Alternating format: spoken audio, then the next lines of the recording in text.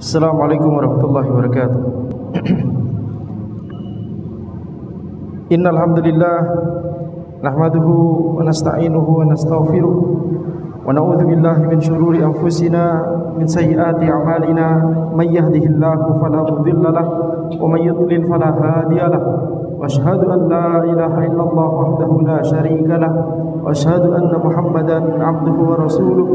Allahumma shalli wa sallim ala sayyidina Muhammad wa ala alihi wa sahbihi ajma'in, amma ba'd. Insyaallah kita lanjutkan pembahasan kitab Sharh Sunnah karya Al-Imam Al-Muzani rahimahullahu taala, murid dari Al-Imam Syafi'i rahimahullahu taala, di mana kita sampai pada perkataan penulis. Beliau rahimahullah berkata, "Wala natruku hudural jum'ah wa salatuha ma'a barri hadhil ummah wa fajiriha lazimun." Kita tidak meninggalkan menghadiri salat Jumat, dan salat Jumat bersama orang yang bertakwa dari kalangan umat ini dan orang yang fajir, orang yang fasik, itu wajib. Baik, dalam kalimat ini penulis Al-Imam Al-Muzani rahimahullah hendak menjelaskan kepada kita syiar akidah, yaitu wajibnya untuk melaksanakan salat Jumat secara berjamaah di belakang seorang ulil amri, selama ulil amri tersebut adalah seorang muslim, baik ulil amri tersebut adalah orang yang bertakwa ataupun orang yang fasik. Ini di antara poin dari akidah Ahlus Sunnah wal Jamaah, yaitu apa? Yaitu tidak meninggalkan salat Jumat karena ulil amrinya yang menjadi imam salat Jumat itu adalah orang yang zalim misalkan, atau orang yang fasik misalkan. Maka ini diantara poin akidah Ahlussunnah yang dibahas oleh para ulama dari zaman dahulu. Ini sejak dari zaman Al-Imam Al-Muzani rahimahullah telah dibahas sampai sekarang. Untuk lebih memahami kalimat ini atau pembahasan ini, kita harus memahami terlebih dahulu bahwa yang namanya salat Jumat berjamaah, hukum asalnya adalah tidak boleh ada dua salat Jumat, dua pelaksanaan salat Jumat dalam satu daerah yang sama. Hukum asalnya demikian. Dan kalau ada ulil amri, maka ulil amrilah yang memimpin, yang biasanya memimpin salat Jumat tersebut adalah ulil amri. Jadi tidak boleh ada pelaksanaan salat Jumat berjamaah di tempat lain. Ini hukum asalnya. Berbeda dengan salat Jumat, berbeda dengan salat wajib 5 waktu. Maka boleh kalau misalkan ada pelaksanaan salat 5 waktu berjamaah di tempat yang lain selain salat berjamaah yang dilaksanakan oleh, yang dipimpin oleh ulil amri. Misalkan ulil amrinya jadi imam. Ini hukum asalnya. Tetapi kalau misalkan daerahnya itu luas sehingga tidak mungkin seluruh kaum muslimin di bawah kekuasaan ulil amri tersebut salat Jumat di satu tempat yang sama, seperti Indonesia, gimana caranya seluruh kaum muslimin se-Indonesia salat Jumat di satu daerah, di bawah atau di belakang imam yang merupakan ulil amri dari negeri ini atau yang ditunjuk oleh ulil amri? Tidak mungkin, betul tidak? Tidak mungkin. Jangankan satu Indonesia, satu kota saja tidak mungkin, betul? Karena saking banyaknya. Alhamdulillah, gitu ya. Maka dalam kondisi ini tidak mengapa. Dalam kondisi ini tidak mengapa untuk pelaksanaan sholat Jumat itu dilaksanakan di beberapa tempat. Nah, tetapi kalau kita bicara pada, kita konteksnya misalkan di zaman dulu, di zaman Nabi Muhammad SAW, ketika daerah kaum muslimin cuma satu kota, yaitu Madinah. Betul?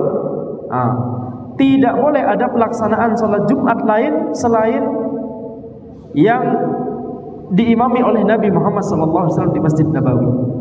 Itu maksudnya. Demikian pula ketika zaman Khulafaur Rasyidin, ya. Khulafaur Rasyidin sudah mulai meluas, apalagi di zaman Umar, betul tidak? Akan tetapi kaum muslimin yang di Madinah masih harus di belakangnya ulil amri, entah itu Umar, entah itu Utsman, entah itu Ali, betul?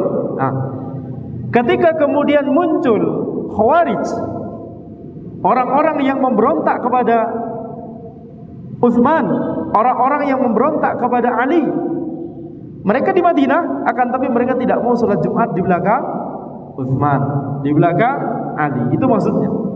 Maka di sini kita katakan, katanya Al-Imam Al-Muzani rahimahullah menegaskan poin ini.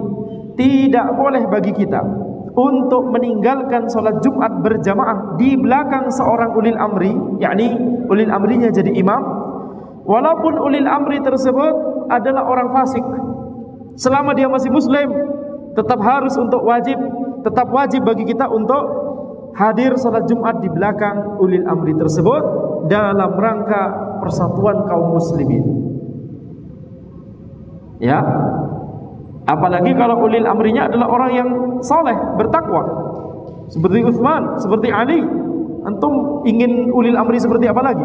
Kalau ulil amrinya sudah merupakan Utsman bin Affan atau Ali bin Abi Thalib, maka tidak boleh bagi seorang muslim untuk meninggalkan salat Jumat dengan alasan ulil amrinya adalah orang yang fasik, imamnya adalah orang yang fasik. Tentunya kalau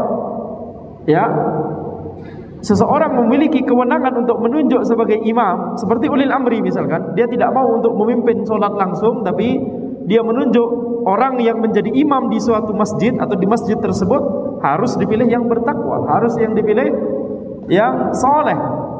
Tentunya kita tidak bisa menilai seseorang sampai ke batinnya, akan tetapi kita hanya bisa menilai secara zahir. Kita bisa menilai keilmuannya bagaimana, ketakwaannya bagaimana, track recordnya bagaimana, begitu kan? Itu kewajiban orang-orang yang menunjuk seseorang menjadi imam di suatu masjid. Maka ini syiar akidah yang pertama, tidak boleh meninggalkan sholat Jumat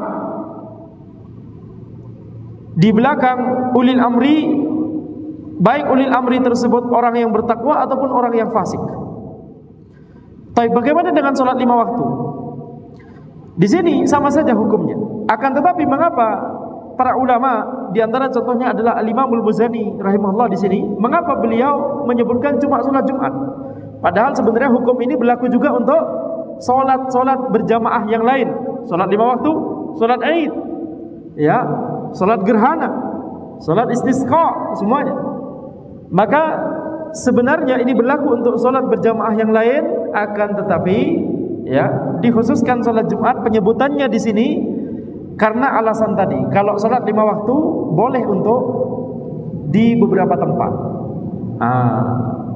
Boleh untuk di beberapa tempat. Kalau sholat Jumat harus di satu tempat. Kalau itu masih memungkinkan. Kalau tidak lagi memungkinkan seperti zaman setelah era Khulafaur Rasyidin, bahkan di zaman Khulafaur Rasyidin sudah tidak memungkinkan. Satu kekhilafahan kaum musliminnya semuanya sholat Jumat di satu, tidak mungkin, sudah tidak mungkin. Kalau sudah tidak mungkin, maka sesuai dengan daerahnya masing-masing. Sesuai dengan kondisi daerahnya masing-masing. Tapi poin utama dari semua ini yang harus kita pahami. Poin utama adalah tidak boleh kita memecah belah jamaah kaum muslimin. Itu poin utama dari yang dimaksud oleh para ulama di sini. Jadi kalimat ini, tidak boleh kita meninggalkan menghadiri salat Jumat, wajib bagi kita untuk salat Jumat di belakang seorang ulil amri, baik itu bertakwa ataupun orang yang fasik. Maksudnya adalah, di balik itu adalah agar kita tidak memecah belah jamaah kaum muslimin. Itu maqasid, itu maksud yang ada di balik poin ini.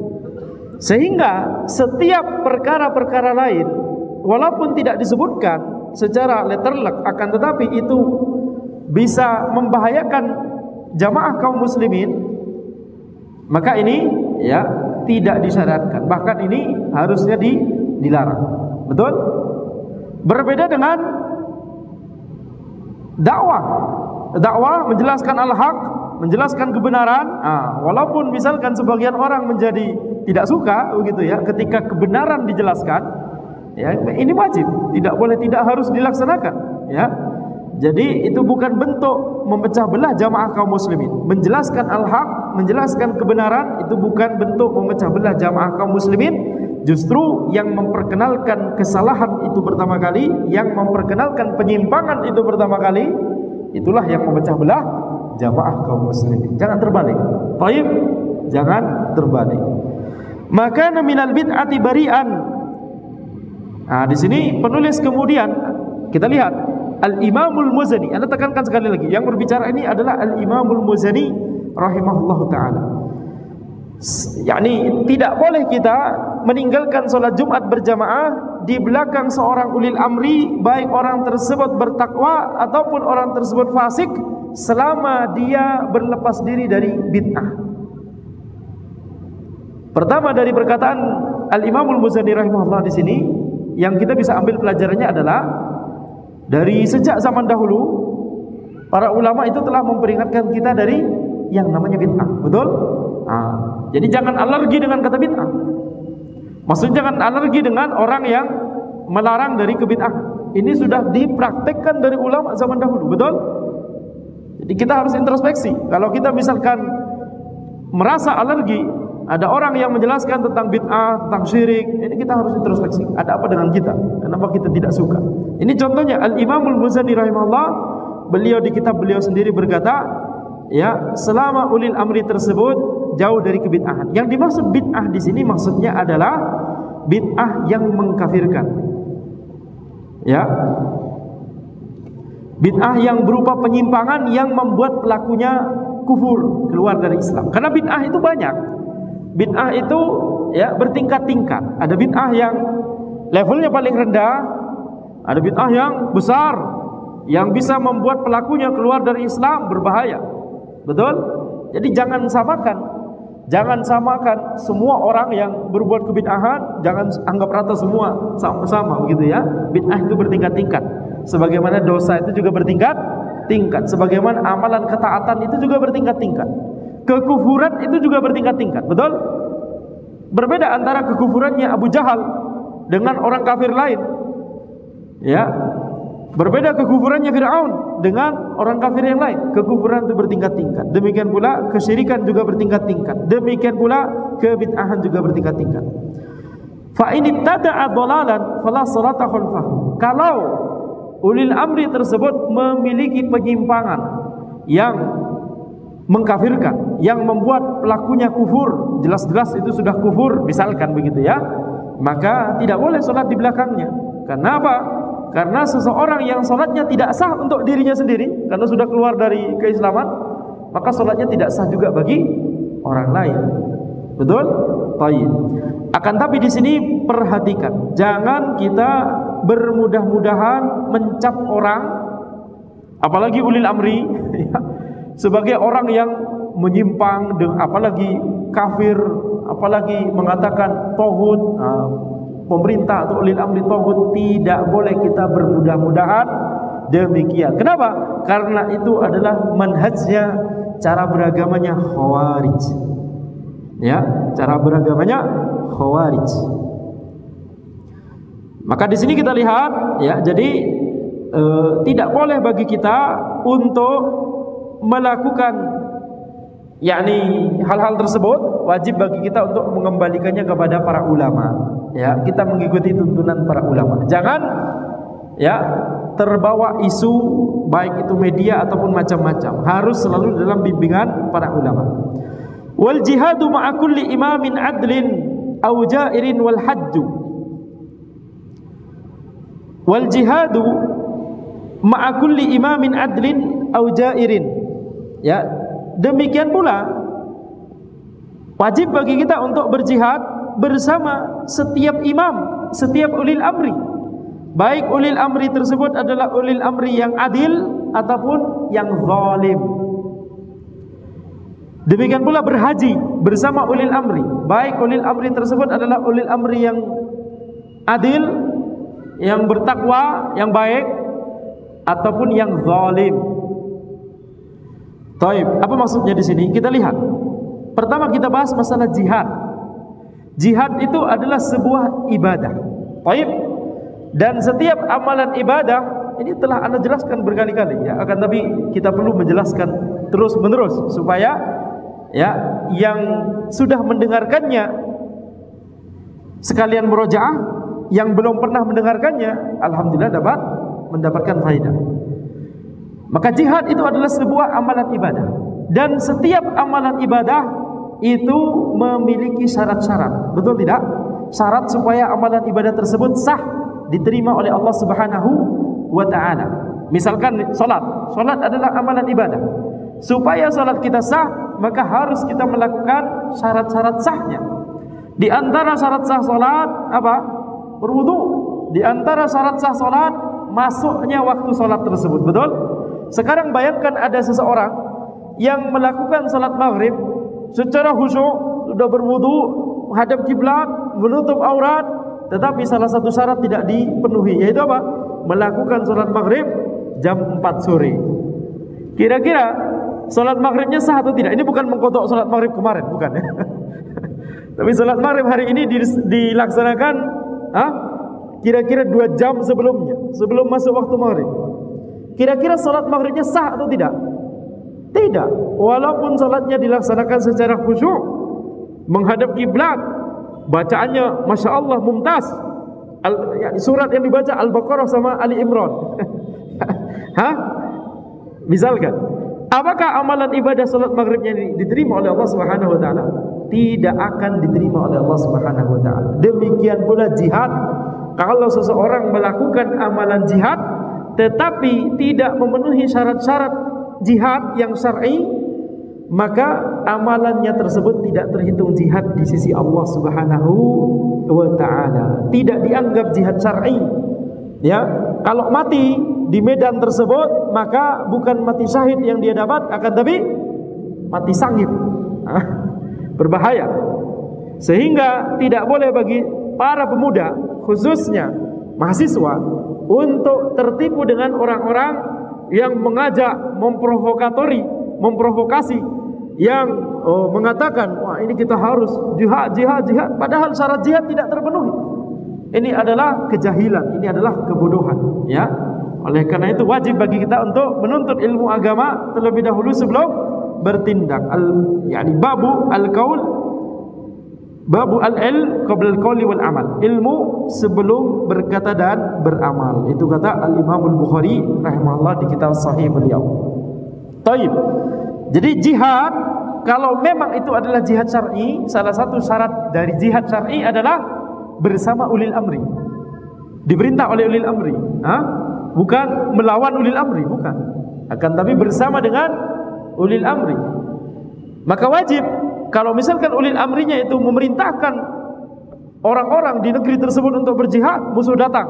Misalkan, kalau di Indonesia, contoh yang paling gampang jihad syar'i kapan? Zaman penjajahan. Ketika orang kafir masuk ke negeri ini kemudian hendak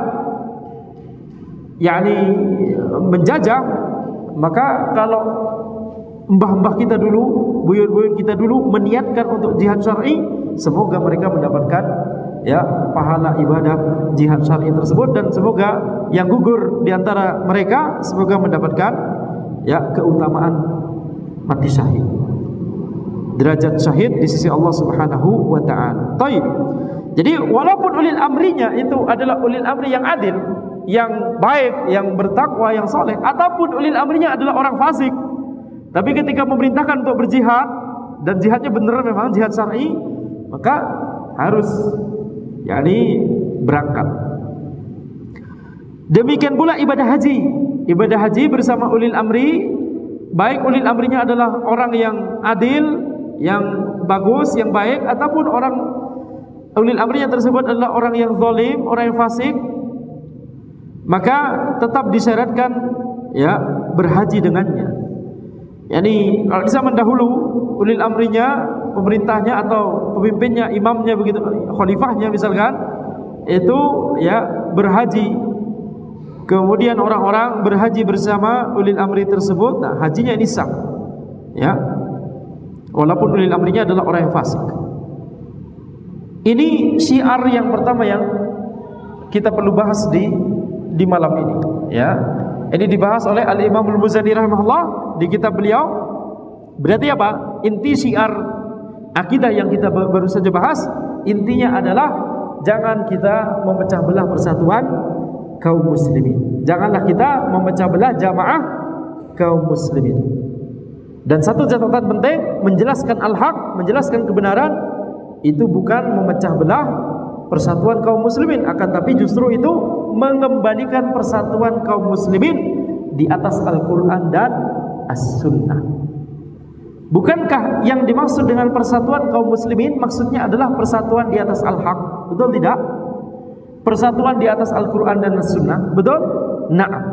Jadi berdakwah, menyuarakan al-haq, menyuarakan kebenaran, ya, menyampaikan kebenaran tanpa memaksa, akan tapi menyampaikan secara ilmiah. Itu adalah bentuk mengembalikan persatuan kaum muslimin. Baik. Kemudian syiar yang kedua, penulis berkata, wa iksarus salati fil asfar. Ini syiar yang kedua, maksudnya syiar yang kedua yang dibahas di malam ini, ya. Kalau syiar-syiar yang lain tentunya sudah banyak dibahas di kalimat-kalimat penulis sebelumnya. Baik. Malam ini insyaallah kita hatamkan kitab ini, insyaallah. Ini 3 syiar terakhir yang akan dibahas oleh penulis di kitab beliau. Baik. Iksarus salah fil asfar, mengqasar salat ketika safar. Syiar akidah Ahlussunnah wal Jamaah, mengqasar salat ketika safar. Mungkin ada yang bingung, bukankah mengqasar salat ketika safar itu bukankah masalah fikih, bukan masalah akidah? Betul tidak? Ini masalah fikih. Hukum asalnya ini adalah pembahasan fikih. Pada asalnya ini adalah sebuah pembahasan di ilmu fikih. Akan tapi mengapa Al-Imamul Muzani rahimahullah membahas pembahasan ini di kitab akidah beliau? Jawabannya adalah karena sebagian ahli bid'ah itu meyakini bahwa qasar salat ketika safar itu hanya kalau safarnya itu bersifat safar yang menakutkan. Ada bahaya ketika safar. Ini pemahamannya siapa? Ini pemahamannya Khawarij. Sehingga dalam rangka supaya Al-Imamul Muzani rahimahullah, karena di zaman beliau Khawarij sedang ngetren sampai sekarang. Bahkan para ulama menyebutkan kalau Khawarij zaman dulu mengetahui kelakuan Khawarij zaman ini, Khawarij zaman dulu akan berlepas diri dari Khawarij zaman ini. Malu katanya. Ini masa Khawarij yang semacam orang-orang yang semacam ini, yang sholatnya nggak benar, ilmunya cetek, ngaji Qur'annya nggak benar, tapi jadi Khawarij, disamakan dengan namanya dengan kami. Khawarij zaman dulu pasti akan protes. Kenapa? Khawarij zaman dulu sholatnya bagus, bacaan Qur'annya bagus, puasanya bagus. Bahkan Nabi Muhammad SAW bersabda, kalau kalian mengetahui amalan mereka, kalian akan malu. Nabi Muhammad SAW bersabda kepada siapa? Bersabda kepada para sahabat. Amalan Khawarij zaman dulu, salafnya Khawarij, ya, generasi terdahulu dari Khawarij, menyimpang. Itu amalan ibadahnya kencang sekali. Dibandingkan Khawarij zaman ini, Khawarij zaman dulu kalau melihat amalan Khawarij zaman ini pasti akan protes, ya. Tolong jangan samakan namanya, bikin malu kami saja. Itu kata para ulama, ya. Anda mendengarnya pertama kali dari Syekh Faisal Al-Jasim dalam sebuah daurah. Anda hadir langsung. Beliau berkata seperti itu. Khawarij zaman dulu kalau antara Syekh Faisal hafizahullah atau Syekh Falah Mandakar rahimahullah ta'ala. Baik. Sekarang kita lihat di antara akidahnya Khawarij adalah kalau safar tersebut adalah safar yang menakutkan, yang membahayakan, maka baru boleh qasar. Kalau tidak menakutkan atau tidak membahayakan, maka tidak boleh qasar salat. Ini pemahamannya Khawarij. Dari mana pemahaman mereka? jangan salah, pemahaman mereka dilandaskan pada dalil, tapi pemahamannya salah. Coba sekarang ya, kita tes. Anda akan menyebutkan dalilnya Khawarij. Antum coba bantah. Bisa nggak? Ya. Khawarij berdalil dengan firman Allah Subhanahu wa taala, "Wa idza darabatum fil ardi falaysa 'alaikum junahun an taqsuru minas shalah in khiftum ay yaftinakumul ladzina kafaru." Apabila kamu bepergian, apabila kamu safar di muka bumi, maka tidaklah mengapa kamu mengqasar salatmu jika kamu takut diserang oleh orang-orang kafir. Ada syarat ini. In khiftum ay yaftinakumul ladzina kafaru. Kalau kalian safar di atas muka bumi, maka tidak mengapa untuk mengqasar salat.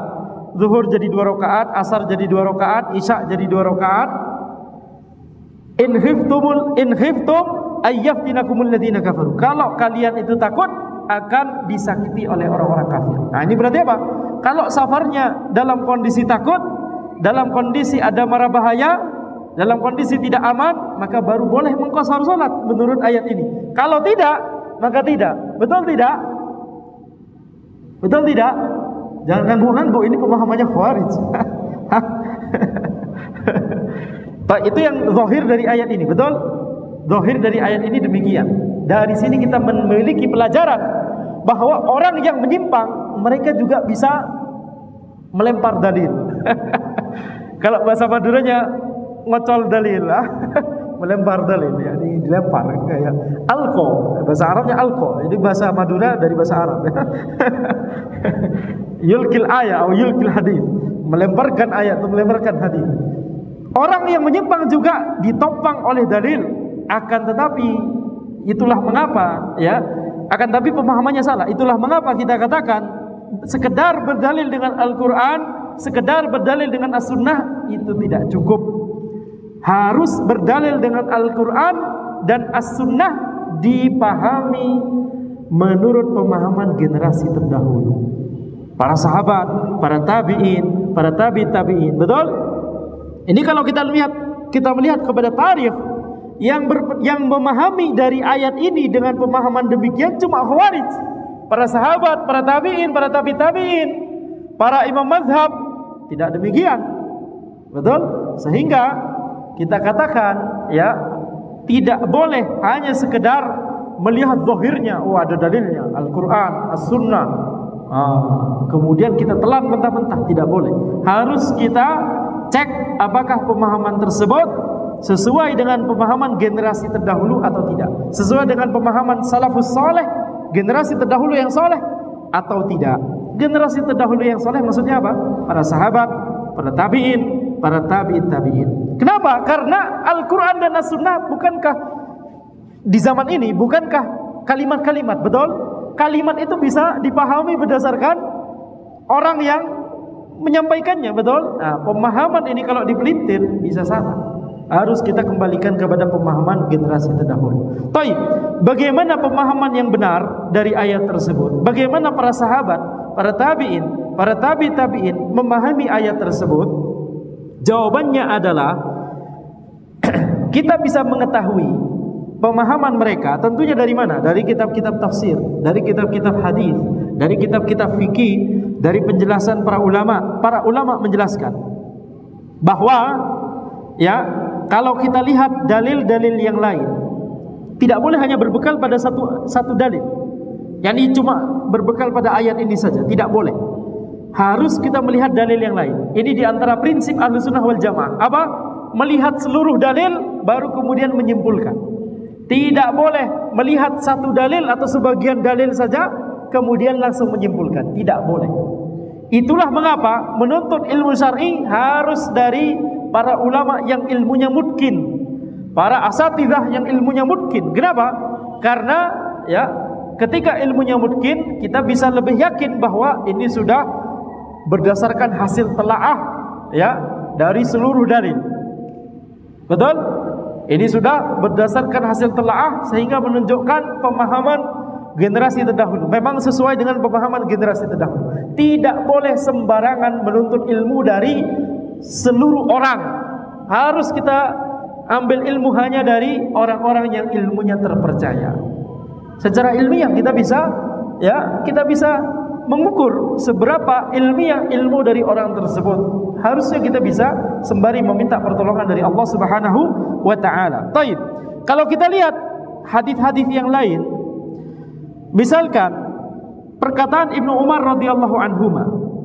Beliau berkata, "Sahibtu Rasulullah sallallahu alaihi wasallam fa kana la yazidu fi safar ala rak'atain wa Abu Bakr wa Umar wa Utsman kadzalik radhiyallahu anhum." Aku membersamai Rasulullah sallallahu alaihi wasallam dan beliau tidak pernah salat lebih dari 2 rakaat ketika safar. Yani maksudnya untuk salat zuhur, asar dan isya. Itu maksudnya, maksudnya dikosor. Kalau salat maghrib tetap 3 rakaat. Bukan berarti dari perkataan Ibnu Umar di sini salat maghrib jadi 2 rakaat juga, tidak demikian ya. Jadi Ibnu Umar intinya berkata bahwa Nabi Muhammad SAW ketika safar selalu mengkosor salat beliau. Salat rubaiyah, salat yang 4 rakaat selalu dikosor menjadi 2 rakaat. Jadi baik safarnya itu dalam kondisi yang berbahaya seperti safar-safar yang dilakukan oleh kaum muslimin di periode Makkah sebelum hijrah ke Madinah, ataupun ya setelah hijrah ke Madinah tapi sebelum Fathu Makkah, ataupun safar yang sudah aman yakni safar setelah Fathu Makkah. Fathu Makkah itu era atau ya batasan periode antara periode tidak aman dengan periode yang aman. Setelah Fathu Makkah, ketika semua orang Arab melihat bahwa lihat Nabi Muhammad SAW setelah diusir oleh kaumnya dari Makkah ke Madinah kemudian balik lagi ke Makkah, Nabi Muhammad SAW menghancurkan seluruh berhala yang ada di area Ka'bah. Disebutkan ada berapa berhala? Berapa berhala? Yang daurah sirah kemarin, daurah tarikh kemarin dapat 100 ha? Ingat? 360 ya, sesuai dengan jumlah derajat ya. 360 berhala di area Masjidil Haram. Dihancurkan semua oleh Nabi Muhammad SAW. Ketika orang Arab melihat demikian, mereka langsung mengkaitkan dengan peristiwa Abraha. Kalau seandainya agama yang diajarkan oleh Nabi Muhammad SAW ini pemikiran orang Arab. Kalau seandainya agama yang didakwahkan dan diajarkan oleh Muhammad adalah agama yang batil, pasti Allah Subhanahu wa taala akan mengirimkan burung ababil sebagaimana Allah mengirimkan burung ababil kepada Abraha. Betul tidak? Abraha belum sampai ke Makkah, belum sampai ke area Masjidil Haram, bahkan sudah diserang oleh burung ababil. Ini Nabi Muhammad SAW sudah masuk, kemudian hancurkan semua berhala di situ. Dan tidak ada ya sama sekali yang terjadi pada Nabi Muhammad SAW dan sahabat-sahabatnya. Ini pemikiran orang Arab, Quraisy dan selain Quraisy. Semuanya langsung melihat ketika Fathu Makkah, al-an ya Syekh, sekarang ya Syekh, ini konfirmasi dari langit. Kebenaran agamanya Nabi Muhammad SAW. Itulah mengapa Allah Subhanahu wa taala berfirman di surat An-Nasr, "Idza jaa nasrullahi wal fath." Yani semua orang setelah Fathu Makkah berbondong-bondong masuk Islam. Setelah melihat yang tadi kita sebutkan, konfirmasi tadi ya, tentang kebenaran dari agama yang diajarkan oleh Nabi Muhammad SAW. Itulah mengapa berbeda antara orang yang masuk Islam sebelum Fathu Makkah dengan yang setelah Fathu Makkah. Tapi selama mereka masih bertemu dengan Nabi Muhammad SAW, nah, sama-sama sahabat, akan tapi keutamaannya berbeda antara sahabat yang masuk Islamnya sebelum Fathu Makkah dengan yang setelah Fathu Makkah. Tapi semuanya sama-sama sahabat ya, radhiyallahu anhum ajma'in. Maka di sini kita lihat yang nyesek itu adalah ketika Fathu Makkah melawan Nabi Muhammad SAW dan pasukannya kemudian mati ya. Ya, betul tidak? Nyesek sekali ya. Betul tidak? Yani mati kafir. Nauzubillah min dzalik. Kemudian Ibnu Umar radhiyallahu anhu beliau juga berkata, demikian pula Abu Bakar, demikian pula Umar, demikian pula Utsman selalu mengqashar salat ketika safar. Baik safarnya itu safar yang mengkhawatirkan, membahayakan ataupun tidak. Dan banyak hadis-hadis yang lain yang menunjukkan bahwa Nabi Muhammad SAW itu mengqashar salat ketika safar walaupun safarnya setelah era Fathu Makkah. Maka ini berarti ya, lalu bagaimana dengan ayat tadi? Mengapa di ayat tadi Allah Subhanahu wa taala mensyaratkan ya, yakni kalau kalian safar di muka bumi, tidak mengapa kalian mengqasar salat kalian jika kalian takut diserang oleh orang-orang kafir. Kenapa ada jika di sini? Penjelasannya adalah kalimat atau syarat jika di sini ini bukan syarat sebenarnya. Ini masuk dalam bab, ini disebutkan dalam kalimat dalam ayat tersebut karena inilah yang dominan yang terjadi pada saat ayat tersebut diturunkan. Jadi ini disebutkan dalam suatu dalil bukan dalam rangka mensyaratkan, akan tapi karena dalam rangka ya apa? Dalam rangka karena itulah yang dominan terjadi. Sehingga ini masuk dalam pembahasan yang masyhur, yang terkenal di kalangan para ulama, sebuah kalimat yang zahirnya adalah syarat, tetapi sesuatu yang ada di kalimat tersebut itu disebutkan di kalimat itu karena itulah yang dominan, yang banyak terjadi pada saat itu, pada saat dalil tersebut diturunkan, ayat tersebut diturunkan atau hadis tersebut diucapkan, maka itu bukan masuk syarat, akan tapi itu disebutkan karena keumuman saja. Ya, itu bukan termasuk syarat, akan tetapi ini sudah isya ya. Akan tetapi itu merupakan ya suatu kondisi yang dominan saja. Insya Allah akan kita bahas lebih lanjut terkait masalah ini setelah jamaah isya ya. Insya Allah kita akan khatamkan kitab ini ya setelah jamaah isya. Hadza wallahu a'lam. Subhanakallahumma wa bihamdika asyhadu an la ilaha illa anta astaghfiruka wa atubu ilaik. Assalamualaikum warahmatullahi wabarakatuh. Alhamdulillahirabbil alamin, wassalatu wassalamu ala sayyidina Muhammadin wa ala alihi wa sahbihi ajma'in. Amma ba'd. Insyaallah kita lanjutkan pembahasan kitab Syarhus Sunnah karya Al-Imam Al-Muzani rahimahullah, di mana kita sampai pada pembahasan sebelumnya kita telah menyebutkan bahwa sebuah kalimat dalam dalil bisa jadi disebutkan oleh syariat, oleh Allah Subhanahu wa taala atau oleh Nabi Muhammad sallallahu alaihi wasallam bukan dalam rangka membatasi, bukan dalam rangka sebagai syarat, akan tapi karena itulah kondisi yang banyak terjadi atau banyak ya atau yang dominan begitu ya pada saat dalil tersebut diturunkan. Misalkan firman Allah Subhanahu wa taala, innal ladzina ya'kuluna amwalal yatama dzulman innama ya'kuluna fi butunihim nara wa sayaslawna sa'ira. Innal ladzina ya'kuluna amwalal yatama dzulman, sesungguhnya orang-orang yang memakan harta anak yatim secara zalim, maka sesungguhnya mereka itu memakan bara api neraka di dalam perut mereka, dan mereka akan tinggal di dalam neraka sa'ir. Ya, innama ya'kuluna fi butunihim nara, sungguhnya mereka memakan api neraka di dalam perut mereka dan mereka akan masuk ke dalam neraka sa'ir. Disebutkan di ayat tersebut, innal ladzina ya'kuluna amwalal yatama, sungguhnya orang yang memakan harta anak yatim secara zalim. Baik. Bagaimana kalau ada orang tidak memakan harta anak yatim, tapi harta anak yatim dibelikan motor oleh dia untuk kepentingan dia sendiri, yakni secara zalim dibelikan motor, diambil, tapi tidak dimakan, betul tidak? Enggak ada orang makan motor. Kira-kira ini perbuatan yang haram juga atau tidak? Atau terkait harta anak yatim yang haram itu cuma kalau dimakan saja harta anak yatimnya? Kalau dibelikan motor untuk pribadi, mobil untuk keperluan pribadi, atau hal-hal lain, baju buat pribadi, kan nggak dimakan kan? Bukan dalam bentuk makanan. Apakah itu menjadi halal? Boleh-boleh saja. Tidak demikian, betul tidak? Akan tapi ayat tersebut cuma menyebutkan innal ladzina ya'kuluna amwalal yatama zulman, sesungguhnya orang yang memakan harta anak yatim secara zalim.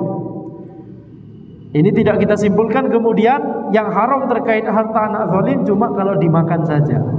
Tapi seluruh ya muamalah yang terkait dengan harta anak yatim yang itu dilakukan secara zalim, maka itu semuanya adalah haram. Tidak hanya kalau dimakan saja. Jadi ini bukan merupakan pembatasan dari ayat tersebut, akan tapi disebutkan memakan harta anak yatim karena itulah yang dominan terjadi.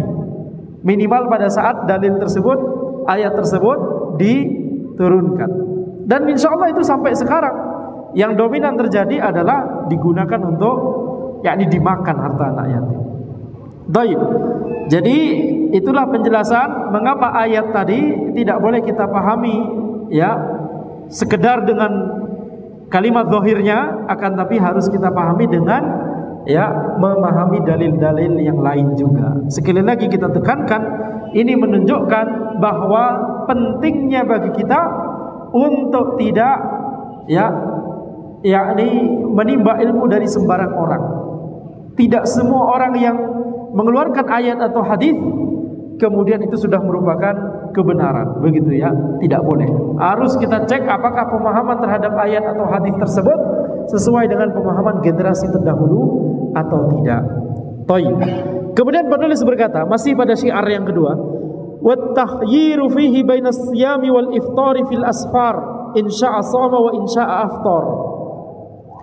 Ketika safar, maka seseorang itu bisa memilih antara puasa atau iftar. Iftar ini maksudnya tidak puasa. Kalau iftar di bahasa Indonesia maksudnya adalah apa?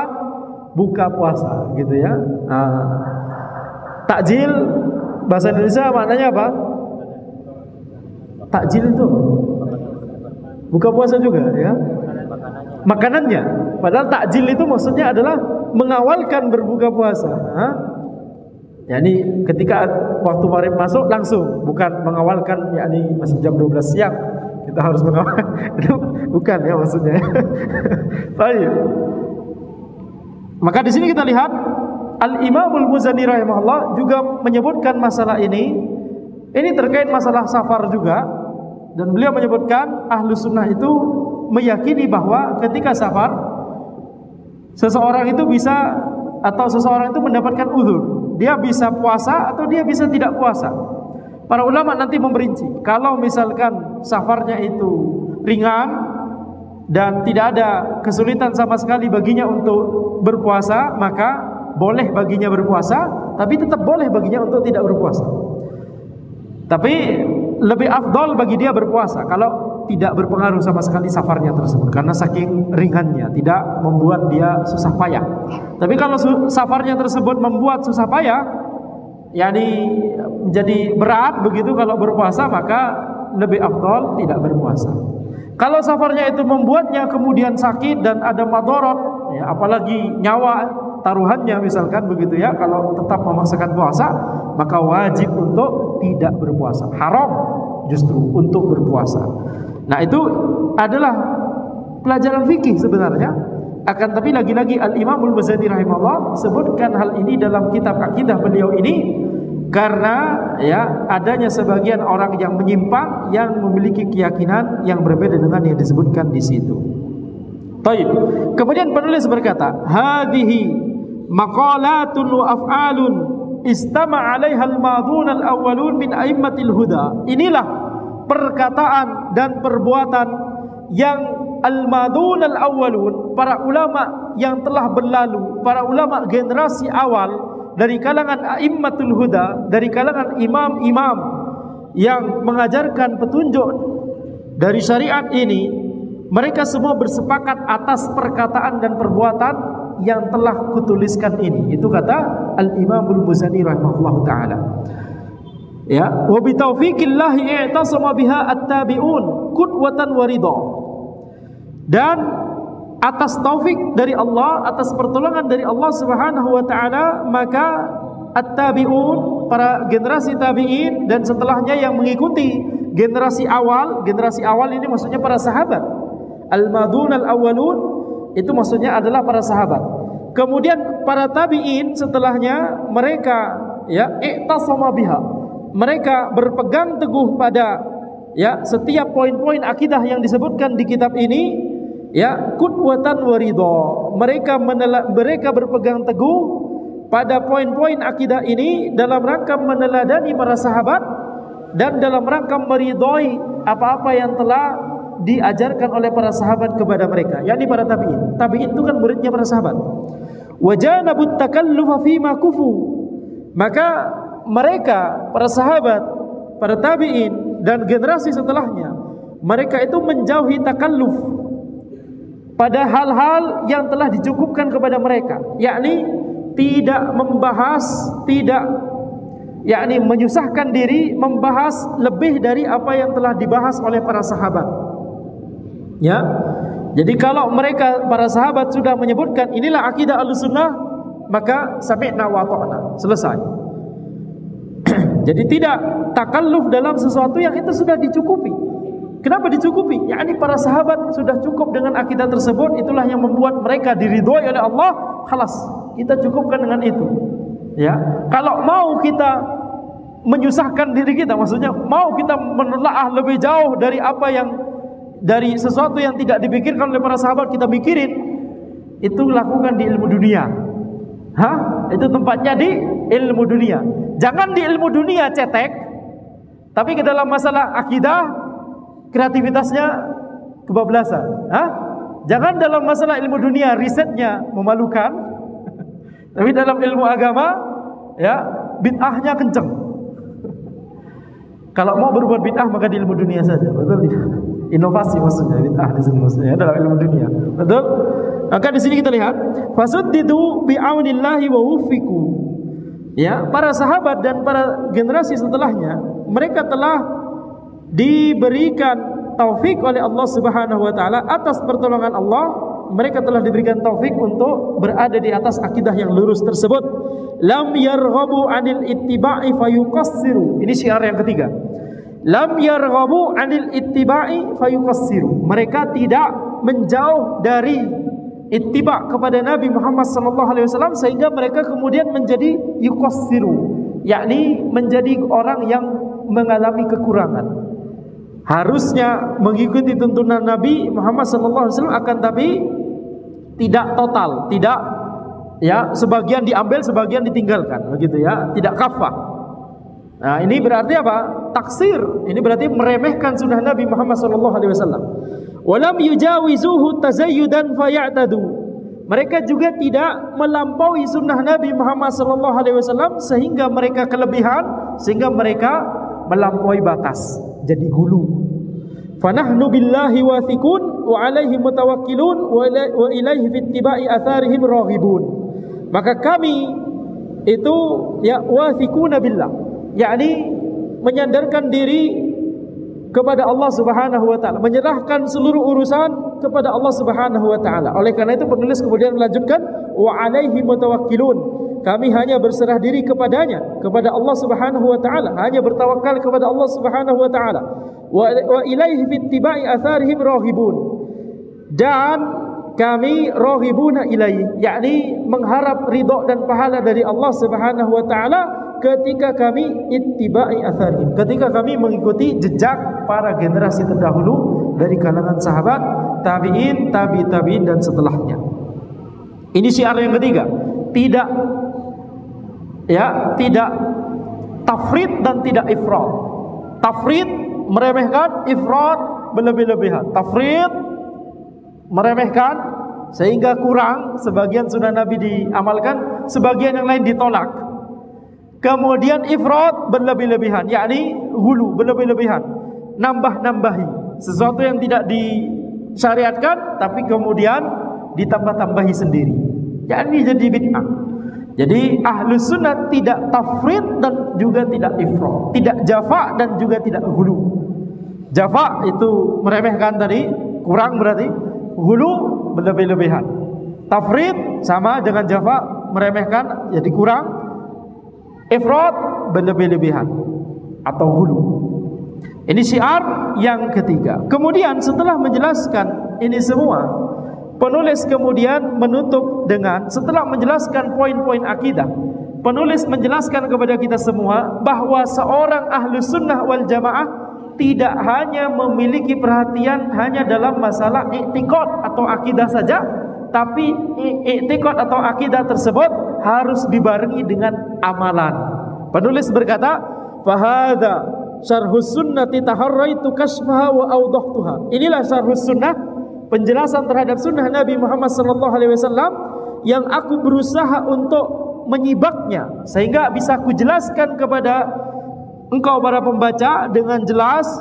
Faman waffaqahu Allahu lil qiyami bima abantuhu ma'a ma'unatihi lahu bil qiyami ala ada'i faraidihi bil ihtiyati fin najasat wa isbaghi taharati ala ta'at wa ada'i salawati ala istita'at wa ita'i zakati ala ahli al-jadat wal haji ala ahli al-jadati wal istita'at wa siyami syahri li ahli sihhat, dan seterusnya. Masih panjang, kalimatnya panjang sekali ya. Jadi barang siapa yang Allah berikan taufik untuk melaksanakan apa-apa yang telah kujelaskan ini, poin-poin akidah yang telah kujelaskan ini, bersamaan dengan itu ya, meminta pertolongan Allah Subhanahu wa taala untuk melaksanakan faraid, untuk melaksanakan amalan-amalan yang fardu. Tidak hanya masalah akidah, Ahlus Sunnah juga sangat memperhatikan amalan. Tidak hanya masalah i'tiqad atau akidah, akan tapi Ahlus Sunnah adalah orang ahli ibadah juga. Ya, semangat menuntut ilmu dan juga semangat untuk beribadah.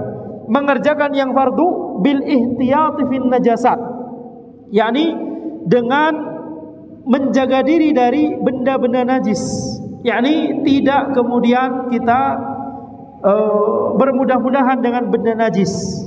Mengerjakan amalan yang fardu, kemudian menjauhi yang najis, isbaghi taharah ala ta'at, yakni melakukan taharah walaupun itu susah. Sebagaimana sabda Nabi Muhammad sallallahu alaihi wasallam, isbaghul wudu' ala al-makarih. Ya. Nabi Muhammad sallallahu alaihi wasallam bersabda, "Ala adullukum ala ma yamhullahu bihil khataaya wa yarfa'u bihid darajat." Maukah kalian aku tunjukkan kepada sesuatu yang Allah hapuskan dosa-dosa setelah melakukan sesuatu tersebut, dan Allah akan angkat derajat kalian setelah melakukan sesuatu tersebut? Maka tentunya para sahabat menjawab, "Bala ya Rasulullah," mau ya Rasulullah. Maka Nabi Muhammad SAW menjawab, "Isbaghul wudu' 'alal makarih," yakni berwudu walaupun susah, walaupun dingin. Ya, subuh-subuh harus berwudu walaupun dingin.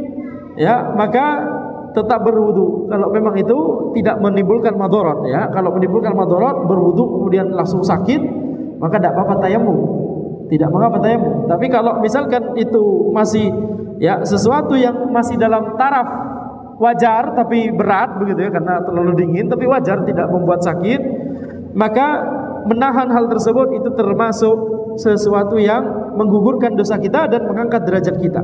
Wa kathratul khuta ilal masajid, demikian pula Nabi Muhammad sallallahu alaihi wasallam bersabda, banyaknya langkah menuju masjid. Wa intidharus shalah ba'da shalah fadzalikumur ribat, kemudian menunggu salat setelah salat, yakni ketika seseorang setelah salat kemudian menunggu salat berikutnya mengisinya dengan amalan ibadah, ini termasuk amalan-amalan yang kalau dikerjakan bisa menghilangkan dosa-dosanya dan mengangkat derajatnya. Tentunya tanpa ya mengesampingkan kewajibannya yang lain. Bukan berarti kemudian selalu di masjid, nggak pernah kerja, nggak pernah belajar. Tidak demikian ya. Tidak pernah dilakukan oleh Nabi Muhammad SAW dan para sahabat. Jangan mengada-ngada. Ya, atau kalau pakai bahasa milenial, jangan mengada-ngada itu kemudian diplesetin menjadi jangan ngadi-ngadi. Ya, betul. Jangan ngadi-ngadi itu apa itu maksudnya? Jangan mengada-ngada, betul. Ala kulli hal, itu bahasa yang kalau dibaca oleh atau didengar oleh Khairil Anwar angkatan 45 maka pasti akan malu ya. Ini bukan bahasa Indonesia yang kita kenal. Maka kemudian penulis berkata, wa ada'is salawat alal istita'at, melaksanakan salat sesuai dengan kemampuan, semaksimal mungkin. Maksudnya sesuai dengan kemampuan itu maksudnya semaksimal mungkin, bukan kemudian mengentengkan, akan tapi semaksimal mungkin yang kita bisa tanpa mengarahkan kita kepada kemadaratan ya. Jadi kalau nggak bisa sholat berdiri, sholat dengan duduk. Kalau nggak bisa sholat duduk, sholat dengan berbaring. Akan tapi kalau masih bisa dengan maksimal berdiri, maka berdiri, betul? Nah, wa ita'iz zakah ala ahlil jadat, Al-jadad yakni orang yang memiliki kemampuan. Ahlul jadad orang yang memiliki kemampuan. Karena al-jadah itu maksudnya adalah kemampuan. Al-ghina yakni mampu, berkecukupan. Yakni harus membayar zakat bagi orang yang mampu secara harta. Wal haji ala ahlil jidah, ala ahlil jadah wal istita'ah. Dan kemudian melaksanakan ibadah haji bagi yang memiliki kemampuan. Wasiyami syahri li ahli sihat, dan melaksanakan puasa yakni bulan Ramadan itu yang wajib bagi orang yang sehat. Ini yang harus dikerjakan. Wa khamsu salawatin sannaha Rasulullah sallallahu alaihi wasallam min ba'di salawat. Ini barusan amalan-amalan yang wajib. Betul tidak? Salat 5 waktu, zakat, puasa, haji, ya, jika mampu. Kemudian penulis masuk pada amalan yang sunnah. 5 salat yang Rasulullah sallallahu alaihi wasallam syariatkan, yang Rasulullah sallallahu alaihi wasallam tuntunkan setelah salat-salat 5 waktu. Yang pertama adalah salatul witri fi kulli lailah. Seorang ahlu sunnah hendaknya memperhatikan masalah ini. Nah, hukumnya sunnah akan tapi sangat ditekankan. Salat witir pada setiap malam. Wa raqatil fajr, dan 2 rakaat salat fajar, salat subuh. Ini salat qabliyah subuh. Wa salatul fitri wan nahr, kemudian salat Idul Fitri dan an-nahr yakni Idul Adha. Itu sangat diperhatikan. Wa salati kusufi syamsi wal qamar idza nazala, salat gerhana matahari dan bulan kalau terjadi gerhana matahari dan bulan. Wa salatil istisqa mata wajaba, dan salat istisqa ketika ada kebutuhan untuk melakukan salat istisqa. Ini 5 salat sunnah atau minimal ya, bukan salat yang wajib, karena nanti ada perincian-perincian ya. Ada yang berpendapat salat Id misalkan, ada yang berpendapat fardu kifayah, ada bahkan yang berpendapat fardu ain. Tapi intinya ini adalah termasuk sunnah Nabi Muhammad SAW selain sholat 5 waktu. Nanti perinciannya para ulama ada khilaf memang, ada hukumnya berbeda pendapat begitu ya. Sholat Id apakah fardu ain, apakah fardu kifayah, apakah sunnah, itu pembahasannya bukan di majelis ini. Tapi ini adalah 5 sholat selain sholat 5 waktu yang ditekankan oleh syariat. Ini juga harus diperhatikan oleh ahlus sunnah, seorang ahlus sunnah. Wastinabil maharim, selesai yang wajib, selesai yang sunnah, sekarang menjauhi yang haram. Wastinabil maharim, menjauhi apa-apa yang diharamkan oleh Allah Subhanahu wa taala. Seorang ahli sunnah tidak hanya kencang dalam masalah akidah, tapi juga kencang juga dalam menjauhi keharaman. Wal ihtirazu minat tamimah, minan namimah. Wal ihtirazu minan namimah, dan juga menjauhkan diri dari namimah, yakni fitnah, adu domba. Itu namanya namimah dalam bahasa Arab ya. Sebagaimana perkataan Yahya bin Abi Katsir, yufsidun namam fi sa'ah ma la yufsidu sahir fi sanah. Seorang tukang fitnah, seorang tukang adu domba itu bisa merusak dalam waktu sekejap sesuatu yang baru bisa dirusak oleh seorang ahli sihir, seorang dukun dalam waktu 1 tahun. Bahayanya adu domba ya. Kalau tukang santet mau menyantet, bisa jadi butuh waktu 1 tahun untuk berhasil, betul? Untuk merusak rumah tangga tersebut. Tapi kalau tukang adu domba dengan kelihayannya berbicara, cuma menyebutkan satu perkataan, khalas, bisa membuat ya rumah tangga orang berantakan, atau hubungan orang dengan orang lain menjadi ya berantakan. Itu perkataan Yahya bin Abi Katsir, yufsidun namam fi sa'ah ma la yufsiduhu sahir fi sanah. Di riwayat yang lain fi syahr. Tapi intinya adalah seorang tukang adu domba itu bahayanya lebih parah daripada ahli sihir. Sesuatu yakni tukang adu domba, an-namam, itu bisa merusak sesuatu dalam waktu sekejap, sesuatu yang tidak bisa dirusak, atau sesuatu yang baru bisa dirusak oleh ahli sihir dalam waktu 1 tahun, atau di riwayat yang lain 1 bulan. Wal kadhib, menjauh dari berbohong, berdusta. Wal ghibah, menjauh dari ghibah. Wal baghi bi ghairil haq, menjauh dari berbuat ya pelanggaran terhadap orang lain tanpa hak, memukul orang lain, ngambil harta orang lain. Ini namanya al baghyu bi ghairil haq ya. Jadi misalkan yang paling jelas itu, misalkan yang Anda sering katakan, teroris itu apa? Kalau mereka ngebom-ngebom, mereka mencabut, bukan mencabut ya, mereka menumpahkan darah orang yang tidak boleh ditumpahkan darahnya, dan mereka merusak harta dari harta-harta yang tidak boleh dirusak, berbahaya. Itu bukan sifat Ahlus Sunnah wal Jamaah. Wa ayyuqala 'ala Allahi ma la ya'lam. Kemudian Ahlus Sunnah tidak boleh berbicara tentang Allah sesuatu yang tidak dia ilmui. Tidak boleh berbicara dalam masalah syariat Allah kalau kita tidak, atau kalau kita belum menimba ilmunya, menuntut ilmunya. Tidak boleh asal bicara dalam masalah syariat. Tidak boleh berbicara hanya dengan logika, harus dengan ilmu, yakni Al-Quran, As-Sunnah, disertai dengan pemahaman para sahabat. Kullu hadza kaba'ir muharramat. Semua ini adalah dosa besar yang haram untuk dikerjakan.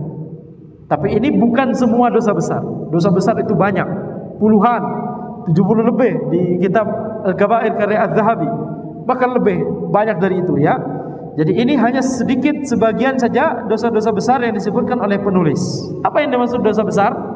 Dosa besar itu setiap dosa tidak hanya diharamkan, tidak hanya dilarang oleh Allah, akan tapi ada hukuman khusus di dunia atau ancaman khusus di akhirat. Ini definisi dosa besar. Kalau dosa kecil ada larangan, tapi cuma sekedar dilarang. Tidak ada hukuman hadnya, hukuman khususnya di dunia, dan tidak ada ancaman khususnya di akhirat. Jadi mencuri, membunuh, zina itu ada hukuman khususnya di dunia, ada ancamannya di akhir. Ancaman khususnya azab tertentu nanti di akhirat bagi orang yang mengerjakannya. Ini definisi dosa besar. Wat-taharri fil makasibi wal mata'imi wal maharimi wal masyaribi wal malabis. Seorang Ahlus Sunnah juga harus ya hati-hati dalam masalah nafkahnya, dalam masalah makanannya, dalam masalah minumannya, dalam masalah pakaiannya, dalam masalah maharimnya, yakni dalam masalah istri dan yang semacamnya. Tidak boleh bermudah-mudahan, harus memperhatikan semuanya itu halal. Ya, tidak boleh mencari dari nafkah yang haram, pekerjaannya haram, sehingga makanannya jadi haram, minumannya haram. Tidak boleh pacaran. Ya, ini berarti melakukan sesuatu yang haram. Pakaiannya juga harus diperhatikan kehalalannya, apakah dari sumber yang halal atau tidak, dan apakah pakaiannya tersebut sesuai dengan koridor syar'i atau tidak. Ya, harus menutup aurat, dan kalau bagi wanita tidak hanya menutup aurat, akan tapi menjauhkan dirinya dari fitnah. Yani pakaian bagi wanita itu untuk menutupi agar tidak mengundang fitnah, tidak mengundang yakni syahwat bagi orang yang melihatnya. Tapi kalau seorang wanita justru memakai pakaian, justru malah mengundang fitnah tersebut, maka ini tidak sesuai dengan koridor syariat. Wastinabus syahawat fa innaha da'iyatun lirukubil muharramat faman ra'a haulal hima fa innahu yushiku ayyuwaqi al-hima. Demikian pula menjauhi syahwat-syahwat yang itu akan mengarahkan kepada mengerjakan yang haram. Barang siapa yang mengerjakan sesuatu, barang siapa yang menjaga atau ngangon binatang, ngangon hewan, apa namanya bahasa Indonesia? Mengarahkan hewan-hewan gembalaannya di daerah, di sekitar daerah terlarang, maka pasti nanti ada satu, dua, atau banyak bahkan hewan peliharaan tersebut yang akan menuju ke daerah terlarang tersebut. Daerah terlarang misalkan di sebuah daerah ulil amri menetapkan ini tidak boleh dimasuki, misalkan, maka tidak boleh bagi seseorang untuk menggembalakan hewan ternaknya di sekitar daerah terlarang tersebut, karena dekat-dekat situ akan nanti lama-lama akan jatuh ke dalam situ.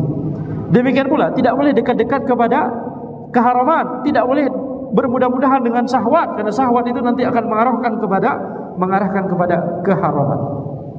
Faman yussira lihada fa innahu minad dini ala huda wa minar rahmati ala raja. Barang siapa yang dimudahkan oleh Allah untuk melakukan ini semua, maka dia berada di atas petunjuk di dalam agama ini, dan dia berada dalam dia diharapkan mendapatkan rahmat dari Allah Subhanahu wa taala. Wa waffaqana Allah wa iyyaka ila sabilihil aqwam. Kemudian penulis berdoa. Setelah menyebutkan semuanya, beliau mengakhirinya dengan doa. Semoga Allah Subhanahu wa taala memberikan taufik kepada kami dan kepada engkau untuk supaya kita semua bisa meniti jalan Allah Subhanahu wa taala yang lurus, bimannihil jazilil aqdam, dengan karunia dan yakni rahmat dari Allah Subhanahu wa taala, wa jalalihil aliyil akram, dengan kebesaran dan keagungan Allah Subhanahu wa taala. Wassalamu alaikum warahmatullahi wabarakatuh. Wa ala man qara alaina assalam wa la yanalu salamullahi ad-dallin walhamdulillahi rabbil alamin. Wassalamu alaikum. Semoga salam tercurahkan kepada kalian dan semoga rahmat Allah dan barakah dari Allah Subhanahu wa taala tercurahkan kepada kalian. Wa ala man qara alaina assalam, dan kepada orang-orang yang yakni mendoakan salam kepada kami. Wala yanalu salamullahi ad-dallin, akan tapi perhatikan bahwa salam dari Allah, yakni keselamatan dari Allah Subhanahu wa taala, perlindungan dari Allah Subhanahu wa taala tidak akan diterima oleh orang-orang yang menyimpang. Penulis memberikan catatan itu, yakni wala yanalu salamullahi ad-dallin, orang yang menyimpang dari akidah yang lurus tidak akan mendapatkan keselamatan dan perlindungan dari Allah Subhanahu wa taala. Walhamdulillahi rabbil alamin. Alhamdulillah, ini berarti kita telah menyelesaikan kitab Syarhus Sunnah karya Al-Imamul Muzani, murid langsung dari Al-Imam Syafi'i rahimahullahu taala. Demikian yang bisa kami sampaikan. Silakan jika ada pertanyaan.